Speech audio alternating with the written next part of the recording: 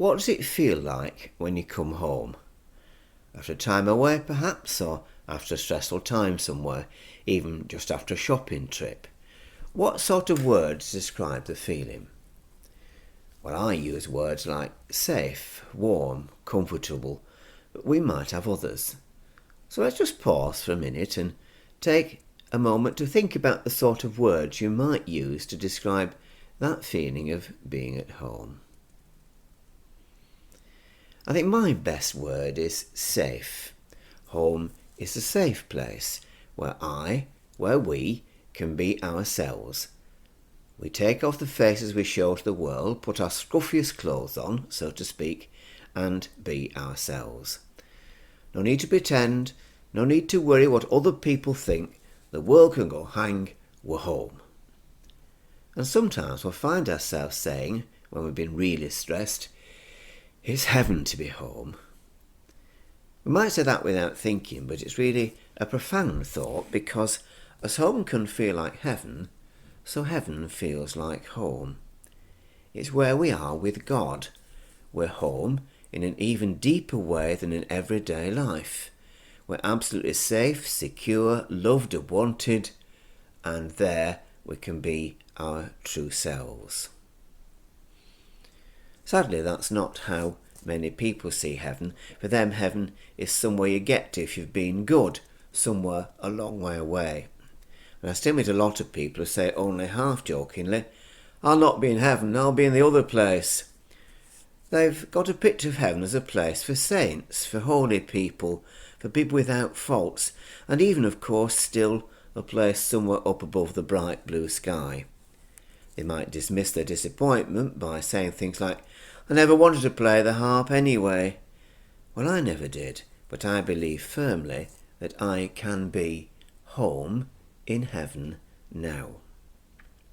Not because I'm a saint, I'm not, but because, like all of us who've been baptised and confirmed, I'm on a journey home, to heaven, to love, to forgiveness, to utter peace of mind, to God. I've been on that journey since that day I was given and then gave myself to God. Since the day God first came into our lives, we've been on a journey to home, to heaven, to God, but not to a place up there or out there, a long way away, not to a place which is hard to get to, but to a place which is inside us, a place we've taken a long time to recognise, but which, when we do open our eyes to it, is a place where God is waiting for us, waiting patiently for us to come and enjoy his love, longing to welcome us, to welcome that real person we usually hide and only let out at home. There's a good story in the Bible about heaven, a story which paints a better picture of heaven and tells us what it's really like. Not a place a long way away, a place where we have to be exceptionally good to get in, but a place where God is waiting for us, wanting us, welcoming us. It's the story of the prodigal son. You find it in Luke chapter 15, verses 11 to 32. If you want, you can listen to it here, or you can look it up in the Bible. But let's pause and listen to or read the story. As I read or hear that story, I picture the father keeping his son's room ready for him, even though he's been gone for ages, insisting he's still got a home to come to, even though there's been no sight nor sign of him for ages and it looks like he's gone for good. When the son does come home, after a long journey, a long time away, he finds home is what he's been looking for all the time, a place of security, of peace, of love. And I like to think that as time went on, he tried to help other young men who wanted to go away to see that they could discover their real self, or never letting go of that imagined paradise somewhere else and looking properly at home. I've met a few people over the years who've helped me look properly at heaven, our eternal home as the hymn says, and encouraged me on my journey to find heaven here and now inside me. Margaret, a retired nurse, who when she left nursing took up night sitting for Marie Curie with people dying of cancer. She didn't stop there. She'd come home in the morning, have a couple of hours on the settee, then set to making meals for people living on their own and taking them round to their homes. Margaret eventually died of cancer herself, and at her funeral the church was full of people who'd been touched by her life and by her love. Not just churchgoers, but all sorts of people who'd sensed that there was something different about Margaret, something special. I believe that Margaret's journey had brought her to a real home, and that she gave so much love away in response to the love that she found in that home, in the presence of God. And then there was Anne. Anne was dying of cancer. She knew that, and she was okay about it. And she had a peace about her that was quite remarkable.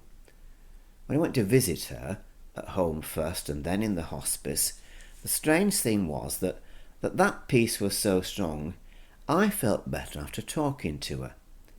I went to minister to her, but she ministered to me. And I believe that Anne, like Margaret, had been on a journey to home as we all are, and had come home to her father. And being at home brought that peace and quiet acceptance of where she was and how she was that spoke volumes to me and gave me hope and energy on my journey to heaven, to home. Let's pause for another moment. You might like to use that moment to think about people you've met who've inspired you, who've given you a sight of the peace and joy of heaven, and shown by the way they live that they've come. It's all right me talking about our journey to home, but we need to think about some things when we set out on any journey. A map perhaps, some food. We need places where we can have a rest before we go on further. And it helps a lot to meet people who can reassure us we're on the right road and walk with us for a while. All those things God provides for our journey to our eternal home. We have a map in Jesus. In St. John's Gospel he tells his disciples he's going away, and they know the way to the place where he's going. They, as we would, tell him they don't know where he's going, so they don't know how to get there. And Jesus says, I am the way. I am going home to heaven, and if you want to know how to get there, simply look at me. On our journey, our map, our guide, are the stories of Jesus. By trying to follow his way of living, trying to be more like him, letting those stories shape our lives, we'll find our way home. And then the food we need is the bread and wine of the Eucharist. As we come week by week to receive communion, we are receiving the sustenance we need to go on further, to keep walking towards home. And places to rest. Our regular church services, meetings with groups of fellow travellers, other Christians, times of quiet and of prayer, they restore our energy and help us to find the strength to set out again and go further down the road.